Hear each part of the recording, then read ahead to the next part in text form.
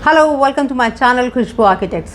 वैसे तो इंटीरियर की प्लानिंग फाउंडेशन के साथ ही कर लेनी चाहिए, लेकिन यदि आपका घर पुराना है तो आपके घर के रेनोवेशन के लिए मेरे ये टिप्स आपके लिए बहुत मददगार साबित होंगे। देखिए, इंटीरियर्स हर 6 महीने के अंदर चेंज होते रहते हैं, तो मेरा सबसे पहला टिप तो यही रहेगा कि आप हमेशा अपने घर का रेनोवेशन और अपने घर का इंटीरियर उस तरह से करिए कि वो एटलीस्ट 5 to 6 ईयर्स तक चले, क्योंकि हम वो लोग नहीं हैं जो हर 6 महीने या साल भर के अंदर इंटीरियर्स को चेंज करा सके। तो आइए शुरू करते हैं वीडियो को। सबसे पहले आपको रेनोवेशन के अंदर वॉल इलेक्ट्रिकल के बारे में सोचना है, क्योंकि ये तो आपने माइंड सेट कर ही रखा होगा कि आपने कौन कौन सा फर्नीचर ख़रीदना है और कहाँ कहाँ पे फर्नीचर प्लेस करना है। तो उस फर्नीचर के अकॉर्डिंग आपको सबसे पहले वॉल पे इलेक्ट्रिकल फिटिंग प्रॉपर्ली करानी है। जैसे सोफ़ा है तो सोफ़ा के आसपास दोनों साइड टेबल्स आएंगी और वो ख़रीदना बहुत ज़रूरी है। तो साइड टेबल्स पे आप 2 फीट की हाइट पर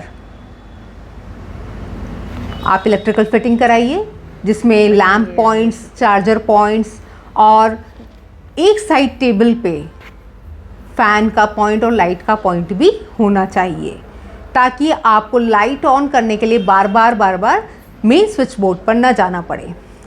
ऐसे ही टीवी पैनल के लिए हम लोग देखेंगे, टीवी पैनल पे 2 जगह स्विचेस होना चाहिए। एक तो नीचे से फ्लोर लेवल से 2 फीट की हाइट पर और एक फ्लोर लेवल से 3.5 फीट की हाइट पर।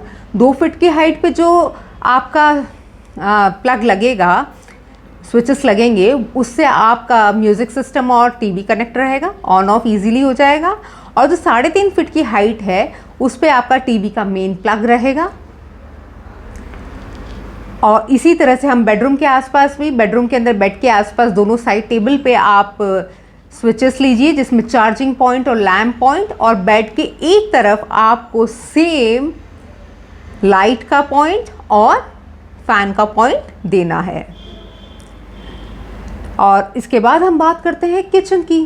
तो किचन के अंदर कुछ पॉइंट्स तो बिल्कुल फिक्स होते हैं, जैसे कि आपका चिमनी है, फ्रिज है, मिक्सर है, माइक्रोवेव है और एक्वागार्ड। इसके अलावा आपको आपके पास कौन कौन से अप्लायंसेस है, उन अप्लायंसेस को आप कहाँ कहाँ पे रखेंगे, उसके अकॉर्डिंग आप पे सारी इलेक्ट्रिकल फिटिंग्स पहले से ही करा के रखनी है।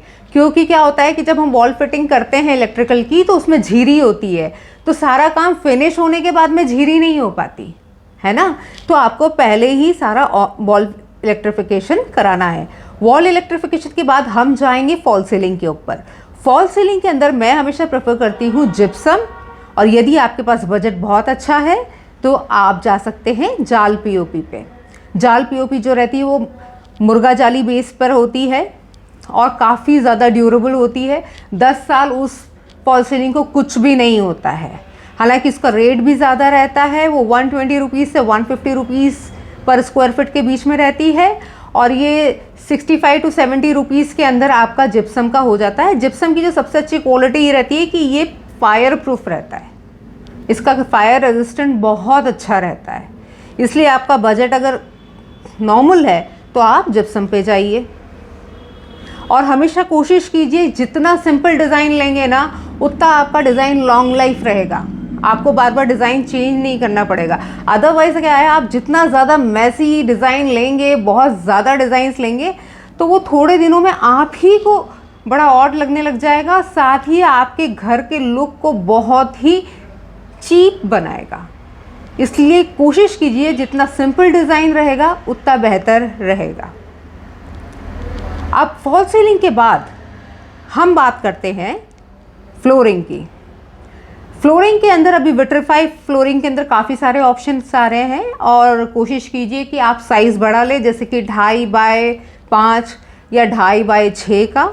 और टाइल्स के अंदर भी काफ़ी सारे मार्बल के टेक्सचर्स अभी आ रहे हैं, जैसे कि आप सतवारियों पे जा सकते हैं और आप ट्रेवेंटाइन का ले सकते हैं, और इटालियन के बहुत सारे पैटर्न्स जैसे डायना, इन सब के पैटर्न्स आजकल आपको विट्रीफाई के अंदर बहुत इजीली अवेलेबल होते हैं।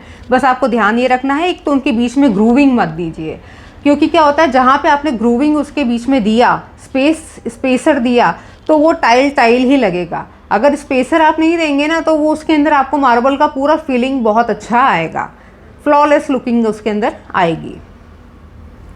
और सिरेमिक टाइल्स के अंदर आजकल काफ़ी अच्छे वुडन टेक्सचर्स आ रहे हैं, और वुडन टेक्सचर में प्लैंक्स भी आ रहे हैं, जैसे कि 4 inch by 3 feet, 4 inch by 4 feet के जो प्लैंक्स है वो प्योर आपको वुड लुक देते हैं।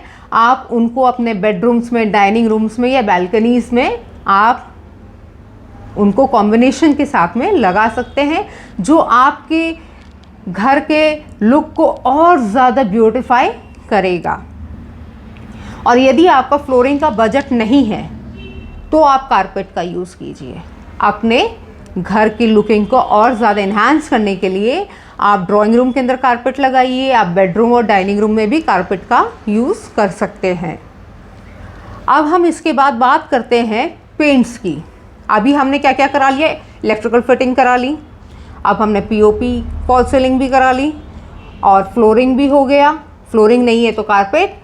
और फिर हम लोग बात करते हैं पेंट्स की कि हमें पेंट्स कौन सा यूज़ करना चाहिए। देखिए, यदि आप रेंटल प्रॉपर्टी पे रहते हैं तो कभी भी बहुत ज़्यादा महंगा पेंट मत कराइए। आप ट्रैक्टर इमल्शन पे जाइए, या बजट नहीं है तो ट्रैक्टर डिस्टेंपर पे भी जा सकते हैं। आप ट्रैक्टर डिस्टेंपर आपको 2000 रुपये के अंदर ही पड़ जाएगा, और ट्रैक्टर इमल्शन आपको 5 to 6000 के बीच में उसका एक बकेट आता है। रॉयल जो रहता है वो काफ़ी हाई एंड इंटीरियर्स पे आता है। यदि आपका अपना घर है तो आप रॉयल्स पे जा सकते हैं, लेकिन रॉयल पे जाने से पहले भी आपको एक चीज़ का ध्यान रखना है कि कई बार क्या होता है कि आपने डायरेक्ट पुट्टी कराई, पुट्टी के बाद ही आपने डायरेक्ट रॉयल पेंट करा दिया तो मज़ा नहीं आएगा, कि आप तो सोचेंगे कि मैं तो रॉयल लेने गया था लेकिन मुझे वो लुक नहीं मिल रहा है। तो उसके पीछे एक प्रोसेस होता है। अगर आपने डायरेक्ट पुट्टी के बाद पेंट कराना है तो आप ट्रैक्टर का ले लीजिए इमल्शन, लेकिन अगर रॉयल कराना है तो मेरी ये टिप्स हमेशा याद रखिएगा। रॉयल पेंट कराने से पहले पुट्टी कभी नहीं होती है, पहले आपको पीओपी की पनिंग करानी है। पनिंग कराने के बाद में आपको प्राइमर की कोटिंग करनी है। प्राइमर की 2 कोट होने के बाद में आपको लेना है चॉक मट्टी पाउडर। जी हाँ, चॉक मट्टी पाउडर का बहुत फाइन पाउडर आता है, ये पार्टिकल पाउडर। आप इसका आपको 2 लेयर का कोटिंग करना है वॉल पे, और फिर उसके बाद आपके 2 कोट्स लगेंगे रॉयल के। तब जाके जो आप लुक मैगजीन्स में या आप फोटोग्राफ्स में जो वॉल्स का देखते हैं, या जो रॉयल के खुद के कैटलॉग्स में जो होता है, वो चीज़ आपको तब जाके मिलेगी। अदरवाइज़ क्या होगा कि आपको ऊंची दुकान और फीके पकवान लगेंगे। अब पेंट है, पेंट के बाद हम आते हैं लाइट्स पे। देखिए, लाइट लगाने के बाद में फिर एक बार आपको पेंट को चेक करना है, क्योंकि लाइट लगाने के बाद ही पता चलता है कि पेंट में कहाँ कहाँ थोड़ी थोड़ी कमी रह गई है। तो पहले तो आप पेंट करा लीजिए 1 कोट, फिर लाइट कराने के बाद में, लाइट का फिक्सचर पूरे कराने के बाद में फिर एक बार और आप उसको चेक कीजिए, और जहाँ जहाँ पे आपको कुछ गलतियाँ नज़र आ रही है तो उसको फिनिश करवाइए। अब लाइटिंग में जब हम बात करते हैं तो आप सरफेस लाइट्स यूज़ कीजिए, और साथ में थोड़ी थोड़ी COB भी आप यूज़ कर सकते हैं। उससे क्या होगा कि कहीं कहीं स्पॉट्स की ज़रूरत होती है, जैसे आपने कोई फोकल पॉइंट लगाया है, या कहीं पे आपने वॉलपेपर लगाया है, या कहीं आपने आर्टवर्क लगाया है, तो उसके लिए स्पॉटलाइट्स की बहुत ज़्यादा ज़रूरत होती है। साथ में आप प्रोफाइल लाइट्स भी ले सकते हैं। यदि आपने फॉल सीलिंग नहीं कराया है, कोई बात नहीं, तो आप प्रोफाइल लाइट्स ले सकते हैं डायरेक्ट सीलिंग के ऊपर, और फोकस देने के लिए स्पॉट लाइट्स की जगह आप ट्रैक लाइट्स का भी यूज़ कर सकते हैं। और लाइट्स में हमेशा ध्यान रखिए कि आप चाइनीज़ मटेरियल पे कभी भी मत जाइए, क्योंकि चाइनीज़ तो कोई गारंटी नहीं रहती है। आप हमेशा इसके अंदर आपको बजट बना के रखना पड़ेगा। आप कोशिश कीजिए क्रॉम्पटन है, फिलिप्स है, ग्रीन सर्फर्स है, इन कंपनी का मटेरियल ही लीजिए। ये बहुत लॉन्ग लाइफ रहते हैं, और इनकी जो लाइटिंग इफेक्ट्स रहते हैं वो बहुत ही अच्छे रहते हैं।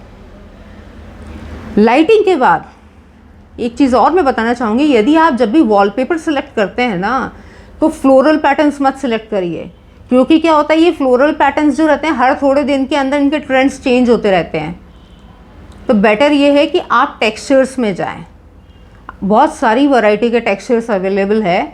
आप वो टेक्सचर्स पे जा सकते हैं या आप कोई ज्योमेट्रिकल कॉम्पोजिशन के ऊपर जा सकते हैं।